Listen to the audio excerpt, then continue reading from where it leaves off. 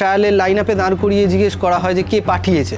একজনকে জিজ্ঞেস করা হলো তো সে বলল তাকে কোনো বড় নাম পাঠিয়েছে, আবার অন্য একজনকে হয়তো কোনো পাড়ার রাম শ্যাম যদু কেউ একজন পাঠিয়েছে। তাহলে কী হয়েছে যে বড় নামটা খেলার আগেই যখন প্রকাশ পেয়ে যাচ্ছে তখন পাশের জনের একটু ডিমোটিভেট হয়ে যাবে, ও বাবা ওকে এত বড় একটা লোক পাঠিয়েছে তার মানে ওকেই নেবে। কোনো একটা ম্যাচ হয়েছে কলকাতা ফুটবল লিগ চলাকালীন, সেই ম্যাচের যে ম্যাচ সামারি হয় 8 মাস বাদে আমি দেখতে পাচ্ছি সেই ম্যাচের ম্যাচ সামারি পরিবর্তন হয়ে যাচ্ছে। বিদেশি লোক রয়েছে যে ক্যামেরার মাধ্যমে এবং তার কিছু এজেন্টদের মাধ্যমে প্লেয়ারদের সাথে কথা বলার চেষ্টা করে। সেই বিদেশি লোকটাকে ভিডিও কলে নেওয়া হয় এবং কলকাতারই কোনো এজেন্ট বা সিনিয়র প্লেয়ার জুনিয়র প্লেয়ারকে ডেকে নিয়ে গিয়ে বসায় এবং তখন বলা হয় যে এই ম্যাচে কাজ করতে হবে, এই কাজ করার জন্য ধরো তুই এই অর্থটা পাবি, সব থেকে কম তুমি বলতে পারো যে 2 লাখ টাকা। ভাই ভাই এটা মডেল না খাতা, আর কত ফটোগ্রাফি করবি? চুপ কর, সামনে মাধ্যমিক, নোট জোগাড় করে পড়তে হবে। কবে পড়বি ভাই? গ্যালারি তো নোটের লাইব্রেরি আর স্টোরেজে পিডিএফ এর ছড়াছড়ি। ধুর, কোনটা পড়বো কোনটা ছাড়বো কিছুই তো বুঝতে পারছি না। আরে তাহলে মৌলিক লাইব্রেরির বই পড়। ওদের সম্রাট এক্সক্লুসিভ সাজেশন বইগুলোতে পাবি সমস্ত গুরুত্বপূর্ণ এমসিকিউ, এসএকিউ ও বড় প্রশ্ন একেবারে উত্তর সহ। কমন পাবো তো? টপারদের জিজ্ঞেস কর। সম্রাট এক্সক্লুসিভ সাজেশন মাধ্যমিক, ভালো রেজাল্টের পাসওয়ার্ড। ধরুন আপনি কলকাতা ময়দানে বসে একটি ফুটবল ম্যাচ দেখছেন এবং সেখানে দেখলেন যে একটি বল গোলপোস্টের দিকে গড়িয়ে গড়িয়ে আসছে। আপনি জানেন সেই গোলটি কখনোই হতে পারে না, তার কারণ একটি বাচ্চাও খুব সহজে সেই বলটি আটকে দিতে পারবে। আপনি নিশ্চিত হয়ে গেলেন যে কখনোই গোলটি হবে না, কিন্তু হঠাৎ দেখলেন যে ডিফেন্ডার তিনি হঠাৎ করে পাটি আলতো করে তুলে দিলেন এবং বলটি স্বভাবতই সাধারণভাবে খুব সহজে গড়িয়ে গড়িয়ে ঢুকে গেল গোলপোস্টে। আপনি তো অবাক যে এরকম আবার হয় নাকি, হঠাৎ একটা গোল যেটা হওয়ার না কথা ছিল সেটা এইভাবে হয়ে আপনার অপছন্দের দলটি জিতে গেল। এবং আপনি আবারও একদিন ম্যাচ দেখছেন, দেখতে দেখতে হঠাৎ দেখলেন যে একজন খেলোয়াড় তিনি হঠাৎ করে নিজেদের বক্সে ঢুকে সম্পূর্ণভাবে ফাউল করে তিনি পেনাল্টি পাইয়ে দিলেন। আপনি তাতেও অবাক যে কীভাবে হতে পারে এরকমভাবে পেনাল্টি পাইয়ে দেওয়া। আপনি অবাক হলেও এটাই সত্যি, কলকাতা ময়দানে দিনের পর দিন বছরের পর বছর এই ধরনের ম্যাচ ফিক্সিংয়ের ঘটনা ঘটে চলেছে এবং আপনি জানলে অবাক হবেন এই ম্যাচ ফিক্সিংয়ের পিছনে রয়েছে আন্তর্জাতিক চক্রের হাত। ভাবতে পারেন যে ভারতবর্ষে বসে, যে বাংলায় বসে, যে কলকাতায় বসে আজকের ফুটবল খেলোয়াড়রা, আজকের ফুটবলাররা মেসি হওয়ার স্বপ্ন দেখেন, রোনাল্ডো হওয়ার স্বপ্ন দেখেন, কিংবা স্বপ্ন দেখেন যে ভারত কোনো একদিন বিশ্বকাপ খেলবে, সেই বাংলায় আজ রোজ এইভাবে ফিক্সিং হচ্ছে এবং সেখানে হাত রয়েছে আন্তর্জাতিক চক্রের। তৃণমূলের আমলে আপনারা শিক্ষা দুর্নীতি, স্বাস্থ্য দুর্নীতির একাধিক খবর শুনেছেন এবং তৃণমূলের পালা বদলের পর, তৃণমূল রাজ্যর মসনদ থেকে সরে যাওয়ার পর এরকম অনেক খবর আপনাদের সামনে এসছে। কিন্তু আপনারা কি কখনো শুনেছেন ক্রীড়া জগতে এই ধরনের দুর্নীতির খবর? এই খবর যিনি সম্প্রতি সামনে এনেছিলেন সংবাদ মাধ্যম ও সমাজ মাধ্যমের, সেই কলকাতা ময়দানের ফিটনেস ট্রেনার কুন্তল চক্রবর্তীর সঙ্গে আমরা আজকে কথা বলবো। সেই কুন্তল চক্রবর্তী যাকে এই অভিযোগগুলি সামনে আনার জন্য, এই সত্য প্রকাশের জন্য বারংবার একেবারে খুনের হুমকি পর্যন্ত দেওয়া হয়েছে, লক্ষ লক্ষ কোটি কোটি টাকার অফার দেওয়া হয়েছে, কিন্তু তিনি শোনেননি, তিনি ভয় পাননি সেই সময়কার রাজনৈতিক প্রভাবকে। সম্ভবত 2024 সালে আমি রেলওয়ে এফসি ক্লাবের ফিজিক্যাল ট্রেনার ছিলাম, আর সেই সময় থেকেই আমি বিষয়টা বুঝতে পেরেছিলাম যে ভয়ানক কিছু ঘটনা রয়েছে এবং আমি কন্টেন্ট তৈরি করতাম। সেগুলোর মধ্যে যেমন ছিল হচ্ছে যে ওই ট্রায়ালের লাইন আপে দাঁড় করিয়ে জিজ্ঞেস করা হয় যে কে পাঠিয়েছে। এবার ধরো 2টো প্লেয়ার রয়েছে, একজনকে জিজ্ঞেস করা হলো তো সে বলল তাকে কোনো বড় নাম পাঠিয়েছে, আবার অন্য একজনকে হয়তো কোনো পাড়ার রাম শ্যাম যদু কেউ একজন পাঠিয়েছে। তাহলে কী হয়েছে যে বড় নামটা খেলার আগেই যখন প্রকাশ পেয়ে যাচ্ছে তখন পাশের জনের একটু ডিমোটিভেট হয়ে যাবে, ও বাবা ওকে এত বড় একটা লোক পাঠিয়েছে তার মানে ওকেই নেবে। তো এই সংক্রান্ত বিষয়গুলো ওই ট্রায়ালের লাইন আপে দাঁড় করিয়ে জিজ্ঞেস করা যে কে পাঠিয়েছে, এইগুলোর বিপক্ষে আমি তখন থেকেই ভিডিও তৈরি করতাম। এবার আমি যখন রেলওয়ে এফসি ক্লাবের ট্রেনিং করাচ্ছি সেই সময় আমার কাছে একদিন রাত্রিবেলা একটা ফোন আসে। ভিডিও বানানো বন্ধ করে দাও, যদি ভিডিও বানানো না বন্ধ করো তাহলে কিন্তু তোমাকে অনেক অসুবিধার মুখে পড়তে হবে। তো আমি তাকে জিজ্ঞেস করলাম যে আমি আপনার সাথে একটু কথা বলতে চাই, দেখা করতে চাই। তো আমার সাথে সে দেখা করেনি, কিন্তু ওই ফোনের মাধ্যমে সে আমাকে বিভিন্ন রকম কটু কথা বলতে থাকে, গালাগালি এই সমস্ত কিছু বলতে থাকে। আমি যত জিজ্ঞেস করি সে উত্তর দেয়নি, এবং একটা সময়ের পর সে হঠাৎ করে আমার এটা বলে ফেললো যে আজকের প্র্যাকটিসের পর তুমি মেয়র রোড টপ কাটছিলে, পিঠে এই ব্যাগ ছিল, কানে এই হেডফোন ছিল, তোমার দিকে কিন্তু আমাদের নজর রয়েছে। উল্টো দিক থেকে যদি একটা গাড়ি আসতো তাহলে তোমার পরিবারের লোক কি তোমার মুখটা দেখতে পেতো? নিশ্চয়ই পেতো না। তো এই জায়গা থেকেই আমার এই লড়াইটা শুরু হয়েছে, কিছু তো আছে, আর সেই জন্যই আমাকে বন্ধ করার কথা বলা হচ্ছে, ফোন করে বলা হয়েছিল। তখন থেকেই শুরু হয়েছিল। তারপর আস্তে আস্তে যত সময় গড়িয়েছে, ময়দানে কাজ করার একটা তিক্ততা চলে এসছে। আমি কাজ কোনো দিন করতে যাব না, কিন্তু তার বদলে হয়তো ঈশ্বর আমাকে মনোনীত করেছে এই কাজটা করার জন্য। আমি তার পরিকল্পনা মতো চলছি, এবং এই কাজটা ধরে লড়াই করতে করতে আজকের এই হাউয়ের ক্যামেরার সামনে চলে এসেছি। ব্যাপারটা এটাই। ফিক্সিং কিভাবে হয় ময়দানে? কারণ আমাদের পরিকল্পনায় বা আমাদের ভাবনা চিন্তাতেও এমন কিছু আসে না যা ওখানে ঘটে। কিভাবে হয়? কোনো একটি বিদেশি লোক রয়েছে যে ক্যামেরার মাধ্যমে এবং তার কিছু এজেন্টদের মাধ্যমে প্লেয়ারদের সাথে কথা বলার চেষ্টা করে।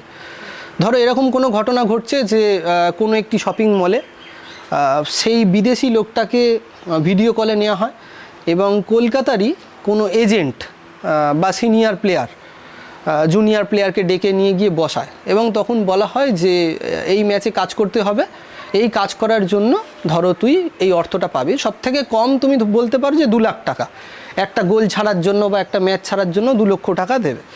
তো সেইটা ফিক্সড হচ্ছে ওই ভিডিও কলের মাধ্যমে। মানে বিদেশে যে থাকে তাকে এরা বস বলে ডাকে, কোনো নাম প্রকাশ করে না।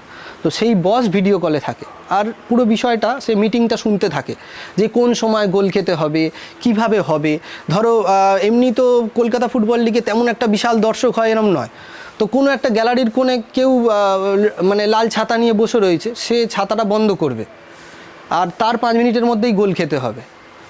তো বিষয়টা এইভাবেই ওই সময় মিটিংয়ে সমস্ত কিছু ফিক্সড হয়ে যায়। অথবা কালারিং টুপি কেউ তুললো, অথবা রিসেন্ট একটা হয়েছে মানে একদম সামনাসামনি যে জলের বোতল ছুঁড়ে দেওয়া হচ্ছে, জলের বোতলে টাইম লেখা থাকছে।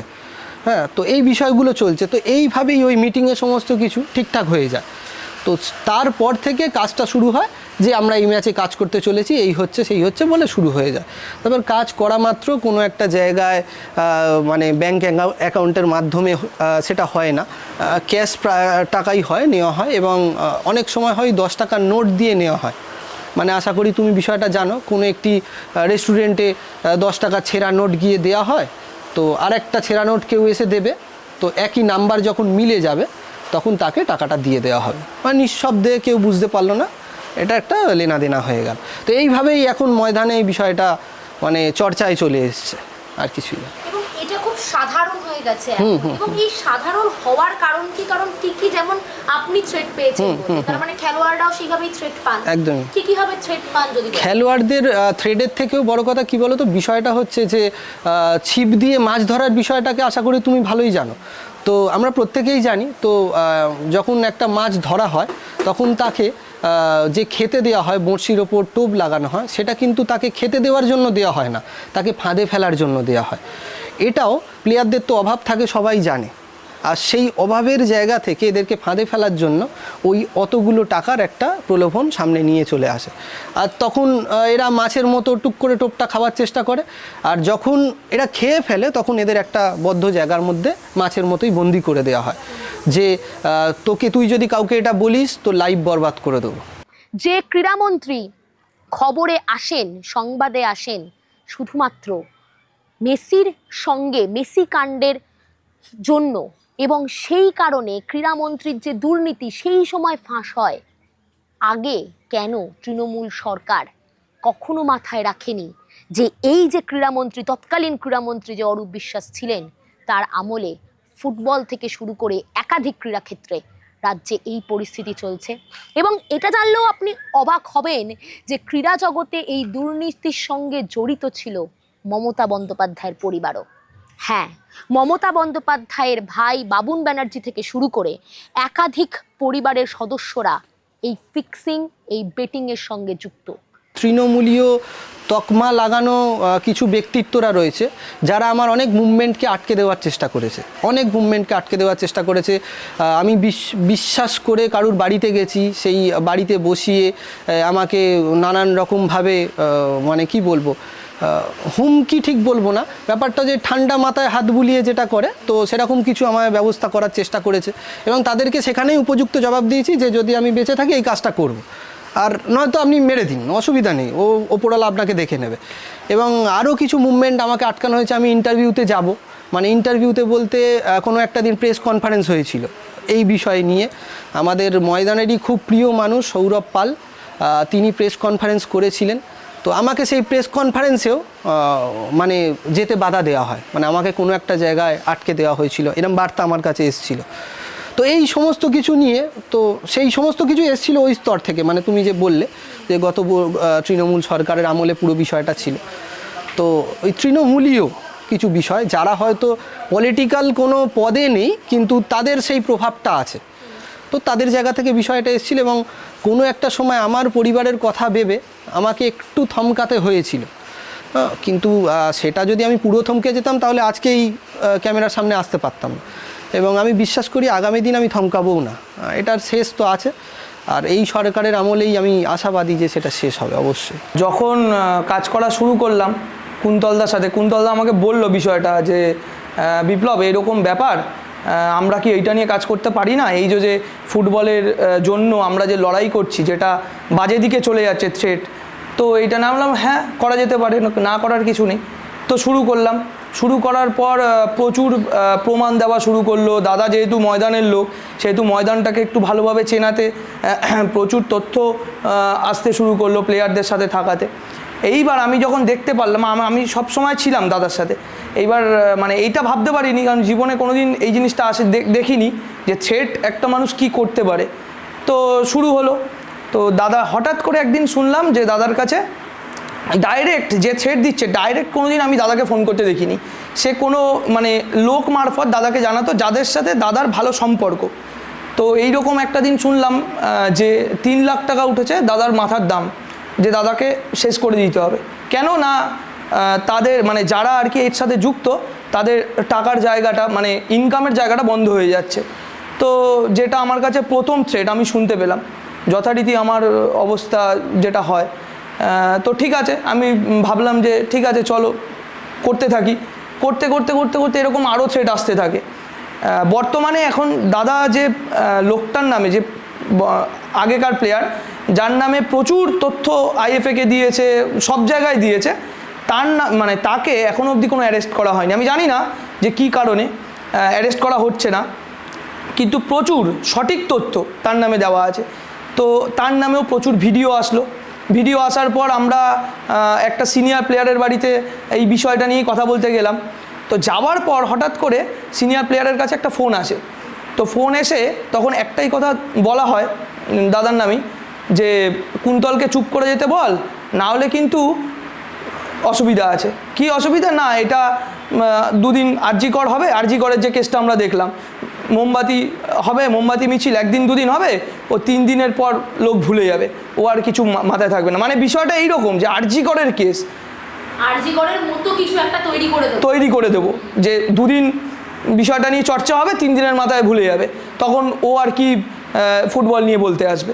তো এইসব হলো, হওয়ার পর ঠিক আছে তাও চলছে, কারণ আমি দেখেছি, আমি যতটা মানুষটার সাথে কাজ করেছি, মানে থ্রেটে কোনো দিন ভয় পাইনি। কারণ আমিও বলেছি যে দেখো দাদা এত তো থ্রেট আসছে, বিষয়টা ছেড়ে দিলে হয় না বা সরে যাই, তখন বলেছে না এইটা দিয়ে সরে গেলে হবে না বিপ্লব, এইটা আমরা লড়াই করতে নেমেছি, বাঁচন মরণ সব তো ওপরওয়ালার হাতে, আমাদের হাতে কিছু থাকে না, ওর যদি ক্ষমতা হয় আমায় মারবে, নাহলে মারবে না। তো দাদা একবার মানে দাদা গেছিলো এমন এক সেই টাইমে তৃণমূলের এমন এক নেতার বাড়িতে, যেখানে দাদাকে ঠান্ডা মাথায় থ্রেট করা হয়। থ্রেটটা হচ্ছে পুরো ঠান্ডা মাথায়, যে মানে ডাইরেক্ট হয়তো এটা বলেই দিয়েছে যে আমাদের টিমটা নিয়ে এবছর কিছু বলো না, নালে কিন্তু প্রবলেম হবে। ডাইরেক্টলি করলো না, কিন্তু ইনডাইরেক্টলি একটা থ্রেট দিয়ে দিল। এবার যেটা আমি শুনলাম, এবং তার মুখের ওপরেই দাদা উত্তর দিয়ে এসছে যে আমার কাজ এটা, আমাকে উপরওয়ালা পাঠিয়েছে এই কাজ করতে, আমি এই কাজটা করব, তাতে তুমি যেটা করতে হয় করে নাও। এবং কলকাতা ময়দানে এখানে যারা খেলেন মানে যে সমস্ত টিম খেলে তাদের তো অর্ধেকেই কোনো না কোনো নেতার টিম, এরকম তো বেশিরভাগ ক্ষেত্রেই তাই হয়। এবং তৃণমূল নেতাদের এরকম প্রচুর টিম ছিল নিশ্চয়ই। হ্যাঁ, তৃণমূলের প্রচুর টিম ছিল, যেখানে আমরা বেটিং দেখেছি। এখন যখন তৃণমূল থেকে সরে গেছে, এখন আমরা দেখতে পাচ্ছি প্রচুর টিম মানে এই নেওয়া হচ্ছে না টিম, মানে খেলতে কলকাতা লিগে। হ্যাঁ, এখন আমরা জানতে পারছি, মানে এইগুলো তো আমরা জানতামই, এখন সেটা প্রকাশ্যে আসছে যে এই টিমটা বেটিংয়ের সাথে যুক্ত, এই টিমের প্লেয়াররা বেটিংয়ের সাথে যুক্ত। এবং মানে দাদা যে বছর দিয়েছে তার পরের বছর সেই টিম মানে আবার খেলতে পারছে উইথ পারমিশন আইএফের থেকে। তো সেইটা মানে একটা খুব বাজে জিনিস, যে মানুষটা এখনও অবধি এই জিনিসটা করে দিয়ে যাচ্ছে, তাকে মানে সেই টিমকে বা সেই প্লেয়ারগুলোকে কিছু বলা হচ্ছে না। এরকম একাধিক ঘটনা, যেমন ধরুন ম্যাচ সামারি দুদিনের মধ্যে পরিবর্তন অ্যাপে, আবার যে অ্যাপ কলকাতা ময়দানের সমস্ত ম্যাচ দেখায় সেই অ্যাপে সম্পূর্ণভাবে দুদিন পরই দেখা যেত ম্যাচের রেজাল্ট পরিবর্তন হয়ে যাচ্ছে, এবং সেই রেজাল্ট পরিবর্তনের পরে সেই ম্যাচ আর দেখাই যেত না। এরকম একাধিক ঘটনা দিনের পর দিন হয়ে উঠেছে, এবং সেই তাদের সঙ্গে সবথেকে বড় যারা বলি হয়েছেন তারা হচ্ছেন খেলোয়াড়রা। যে খেলোয়াড়রা কলকাতা ময়দানে পকেটে অর্থের অভাবে রোজ খেলতে আসেন, রোজ স্বপ্ন দেখেন দুটি পয়সা রোজগারের জন্য, তাদেরকে টার্গেট করা হতো লক্ষ লক্ষ কোটি কোটি টাকার বিনিময়ে। কিভাবে ম্যাচ সামারি পরিবর্তন হয়, বা যে ফিক্সিংগুলো আগেই বলছিলেন আপনি, সেই ফিক্সিংগুলো একেবারে উচ্চ যারা শীর্ষ নেতৃত্ব আছে তাদের থেকেও তো নিয়ন্ত্রিত, সেটা কিভাবে হয় যদি বলেন? দেখো, প্রপার নিয়ন্ত্রিত কিনা এইটা আমি বলে উঠতে পারবো না, কিন্তু কিছু কিছু বিষয় যেগুলো খুব চোখে এসেছিল, যেমন ধরো কোনো একটা ম্যাচ হয়েছে কলকাতা ফুটবল লিগ চলাকালীন, সেই ম্যাচের যে ম্যাচ সামারি হয় 8 মাস বাদে আমি দেখতে পাচ্ছি সেই ম্যাচের ম্যাচ সামারি পরিবর্তন হয়ে যাচ্ছে। যেমন কিভাবে পরিবর্তন হচ্ছে, ধরো সেই ম্যাচের মোহনবাগান ইস্টবেঙ্গল, সেই ম্যাচের ম্যাচ কমিশনার ছিল ধরো কুন্তল ছিল, সেটা পরিবর্তন হয়ে 8 মাস পর হয়ে যাচ্ছে সৌরভ। ব্যাপারটা এরকম হচ্ছে। এটার কারণটা কি যদি তুমি বলতে পারো? আমি তোমায় বলতে চাই যে তদন্ত, মানে আমরা পুলিশি তদন্ত চাই। পুলিশ যদি এই ম্যাচের কোনো তদন্ত চেয়ে থাকে, এই ম্যাচ সামারিটা ম্যাচের পর আপলোড হয় অল ইন্ডিয়া ফুটবল ফেডারেশনের পোর্টালে। যখন পুলিশ তদন্ত চাইবে যে এই ডেটে যে ম্যাচটা হয়েছিল, তো সেই ম্যাচটার তদন্ত চাই, তখন প্রমাণিত হবে এটাই যে ওই দিন কোনো ম্যাচই হয়নি, এবং তার সাথে মানে ম্যাচের ডেটও ম্যাচ সামারিতে পরিবর্তন হচ্ছে, এবং ওই ম্যাচে যে ম্যাচ কমিশনার ছিল, ধরো কুন্তল ম্যাচ কমিশনার ছিল, তখন যেই পুলিশ তদন্ত শুরু করবে তখন দেখবে কুন্তল আর নেই, সেখানে সৌরভ রয়েছে।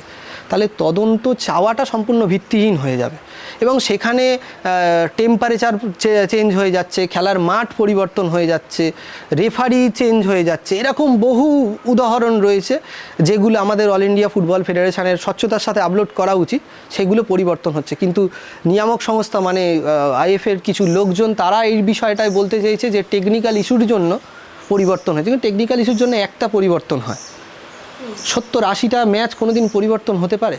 সম্ভব নয় সেটা। তো এইগুলো অস্বচ্ছতার একটা জায়গা চলে আসছে, যেগুলো নিয়ে প্রশ্ন আসতে পারে। এবং এছাড়াও আমি একটা বিষয়ে তোমাকে ক্লিয়ার করে দিতে চাই যে গত বছর আমরা দেখেছি যে কলকাতা ফুটবল লিগ SACN নামক একটা অ্যাপে হয়েছিল। আমি দেখতে পাচ্ছি সেই অ্যাপে যখন খেলা শেষ হচ্ছে তখন এক রেজাল্ট দেখাচ্ছে, ঠিক 15-20 দিন কি 1 মাস পর থেকে সেখানে রেজাল্ট পরিবর্তন হয়ে যাচ্ছে। কেন পরিবর্তন হচ্ছে? কারণ ওই সময়টাতেই যা বেটিং অ্যাপে যা কলকাতা ফুটবল লিগ যা দেখানোর সেগুলো চলছে, পরবর্তীকালে সেগুলো পরিবর্তন হয়ে যাচ্ছে। মানে বলতে পারো যে ভেতরেই মানে সর্ষের মধ্যে ভূত, এই বিষয়গুলো কিন্তু থেকেই যাচ্ছে। এছাড়া অনেক ম্যাচ তো আমরা হাইলাইটই দেখতে পাইনি, মানে ম্যাচ অন করছি, মানে ম্যাচ হয়ে যাচ্ছে, ম্যাচ অন করছি, আমরা দেখতে পাচ্ছি সিরিয়াল চলছে, ফুটবল খেলা দেখানো হচ্ছে না। মানে হাস্যকৌতুক একটা বিষয়, হাস্যকৌতুক একটা জায়গায় চলে গেছে আমাদের ঐতিহ্যশালী কলকাতা ফুটবল লিগ। তো এই বিষয়গুলো নিয়ে আমরা যদি আলোচনাই করতে থাকি শুধু, তাহলে হবে না। কিন্তু এই বিষয়গুলো নিয়ে বর্তমান সরকার যদি একটু দৃষ্টি দিয়ে দেখেন, এবং আমার বিশ্বাস তারা দেখবে। এখন কি পরিস্থিতি বা এখন কতটা সেটা রোধ করা গেছে এই আপনার পদক্ষেপের ফলে? দেখো, এই আগের প্রশ্নই তোমার ছিল যে অ্যারেস্ট হয়েছে কিছুজন, তো সেই সমস্ত জায়গা থেকে অনেকটাই রোধ করা গেছে, এবং আগামী দিন অনেকটা রোধ আরও করা যাবে, এবং আশা রাখছি বন্ধও হবে। কিন্তু এই মানে যেরকম এভিডেন্স আমরা দিয়ে এসেছি নতুন সরকারের আমলে, তেমনভাবে এখনও কাজ শুরু হয়নি। মানে তেমনভাবে কোনোই কাজ শুরু হয়নি, কিন্তু তারা আমাদের আশ্বস্ত করেছে যে এই বিষয়ে তারা কোনো না কোনো ব্যবস্থা নেবে, এবং কোনো না সেটা খুব বড় ব্যবস্থাই তারা নেবে, এইভাবেই তারা আশ্বস্ত করার চেষ্টা করেছে। বিশ্বকাপের মরশুম আমরা দেখতে পাচ্ছি, বহু দেশ বিশ্বকাপে অংশগ্রহণ করছে, ভারত এখনো পর্যন্ত বিশ্বকাপ খেলেনি। এই যে প্রশ্ন উঠছে বারংবার যে ভারত একেবারে আমাদের কলকাতার মতো জায়গা, যেখানে আজ ফিক্সিং এর মতো এরকম পরিস্থিতি চলছে, ভারতের একাধিক রাজ্যে এরকম পরিস্থিতি ক্রীড়া জগতে, কখনো আশা আছে যে এই অন্ধকারগুলো কাটিয়ে, আজকে তো এই অন্ধকারগুলোর জন্যই হয়তো ভারত এত আন্তর্জাতিক জায়গায় নিজেকে রিপ্রেজেন্ট করতে পারে না, সেই অন্ধকারগুলো কাটিয়ে ভারত বিশ্বকাপের দিকেও এগোবে? দেখো, স্বচ্ছতাটা খুব বড় দরকার। কোনো জায়গায় কোনো কিছু জিনিসকে বড় করতে হলে স্বচ্ছতাটা অত্যন্ত জরুরি। সেই স্বচ্ছতার বিষয়টা যদি ছোট ছোট করে ভাবতে গেলেই যে আমাদের বাংলার পর আর যে স্টেটগুলো রয়েছে, আমি আমার বাংলা থেকেই বলতে পারি যে আমাদের বাংলাতেও এরকম প্রচুর মানুষ রয়েছে যারা বিশ্বকাপে খেলার স্বপ্ন দেখে। তো তাদের কাছে সেই বিষয়টা তখনই আসবে যখন ময়দানে স্বচ্ছতা আসবে। সেই স্বচ্ছতাটা হচ্ছে এই ফিক্সিংটাকে রোধ করতে হবে, এবং যারা অপরাধী তাদেরকে উপযুক্ত শাস্তি দিতে হবে, তবেই হয়তো আমরা সেই দিনগুলো নিয়ে স্বপ্ন দেখতে পারবো। এছাড়াও আরও কিছু বিষয় রয়েছে যে আমাদের বাংলাতে গ্রাসরুট ডেভেলপমেন্ট নিয়ে প্রচুর আমরা আলোচনা করে থাকি, যে জুনিয়রদের একটা ভালো কিছু করা হবে, এদের এই করা হোক ওই করা হোক, নানান কিছু। কিন্তু কোনো একটা জায়গা থেকেই আমি তোমাকে এটা বলতে চাই যে ময়দানের যে মাঠগুলোতে এদের খেলা হয়, তুমি মাঠে গেলে তোমার কান্না পাবে যে এই মাঠেই কি খেলে একটা ছেলে রাত্রিবেলায় খেলা দেখছে যে আমি মেসি হব, আমি মারাদোনা হব, আমি পেলে হব। সম্ভব নয়। কখনো ব্রিগেডের সেখানে মিটিং মিছিল হচ্ছে, সেখানে চারটি ভর্তি গাড়ি ঢুকে যাচ্ছে, এবং সেই গাড়ির ড্রাইভাররা সেই মাঠের কোণেই টয়লেট করছে, যেই টয়লেটের কাছে কলকাতা লিগ যখন চলছে, মানে আমি 4th division 5th division 3rd ডিভিশনের কথা বলছি, বাচ্চাদের বল গিয়ে পড়ছে সেই জায়গায় যেখানে 3 মাস আগে কোনো একটি ড্রাইভার টয়লেট করেছে। তো এইভাবেই ময়দানটাকে পুরো নোংরায় জর্জরিত হয়ে গেছে। তো আমরা গ্রাসরুট ডেভেলপমেন্ট নিয়ে কথা বলতে পারি, বিশ্বকাপ খেলার স্বপ্ন দেখতে পারি, কিন্তু সেগুলো করার জন্য আমাদের যেটা দরকার, আমাদের প্রিমিয়ার ডিভিশন বড়দের জন্য আমরা স্টেডিয়াম ঘেরা মাঠ দিচ্ছি, কিন্তু দরকার আমাদের ছোটদের জন্য। তো সেই ছোটদেরকে আমি কোনো একটা খাদায় ফেলে দিচ্ছি। হ্যাঁ, তাদের নিজস্ব স্কিল যেটা নিয়ে তারা এসছে ওপর থেকে, গড গিফটেড যেটা আমরা বলি, তারা সেই স্কিলটা দেখানোর সুযোগটাই পাচ্ছে না ওই খারাপ মাঠে। তো যদি তারা না দেখাতে পারে তাহলে আমাদের ফুটবলের উন্নতি কী হবে? তুমি একটা জিনিস ভেবে দেখো, আমি এই প্রশ্নটা একটু দীর্ঘায়িত করে বলছি যে আমাদের ভারতবর্ষে কটা ফুটবল স্টেডিয়াম আছে? তুমি দেখবে দিনের শেষে তুমি খুঁজে পাবে না যে প্রপার ফুটবল স্টেডিয়াম। তুমি যদি বলতে পারো যে দাদা তোমার বাড়ির কাছেই তো কিশোর ভারতী রয়েছে, আমি তোমায় বলতে পারি কিশোর ভারতীতে রানিং একটা ট্র্যাকও রয়েছে মাঠের বাইরে। ওটা কি প্রপার ফুটবল স্টেডিয়াম হলো না। আমি বলতে চাইছি শুধু ফুটবল খেলার জন্য যে স্টেডিয়ামটা দরকার হয়, আমরা এখান থেকে বিশ্বকাপ খেলার স্বপ্ন তখনই দেখতে পাবো যখন আমাদের ফুটবল নিয়ে আলাদা করে কিছু ভাবনা আসবে। তার মধ্যে গ্রাসরুট ডেভেলপমেন্ট প্রথম, এবং তাদের একটা স্বচ্ছ মাঠ এবং তাদের একটা পরিষ্কার সুন্দর মাঠ যেখানে তাদের নিজেদের প্রতিভাটা দেখাতে পারবে, সেই মাঠটা অত্যন্ত জরুরি। তিনি কথা বলেছিলেন, তিনি থানায় অভিযোগ জানিয়েছিলেন, কিন্তু সেই থানার পুলিশও তাকে কোনো রকম সহযোগিতা করেননি, বরং সেই থানার পুলিশও সেই সমস্ত দুর্নীতির সঙ্গে যুক্ত, যেখানে প্রশাসন পুলিশের হাল এই রকম, দুর্দশা এই রকম, সেই বাংলায় দাঁড়িয়ে আজ বাঙালি বিশ্বকাপ দেখছে, বিশ্বকাপের ফাইনালের অপেক্ষা করছে। কেন এই পরিস্থিতি? আদৌ কি এই দুর্নীতির অন্ধকার কাটিয়ে বাংলা আন্তর্জাতিক স্তরে নিজেকে প্রেজেন্ট করতে পারবে, নিজেকে সামনে তুলে আনতে পারবে? সেটা তো সময়ই বলবে। পালাবদল কি তার উপর প্রভাব ফেলবে? দেখা যাক।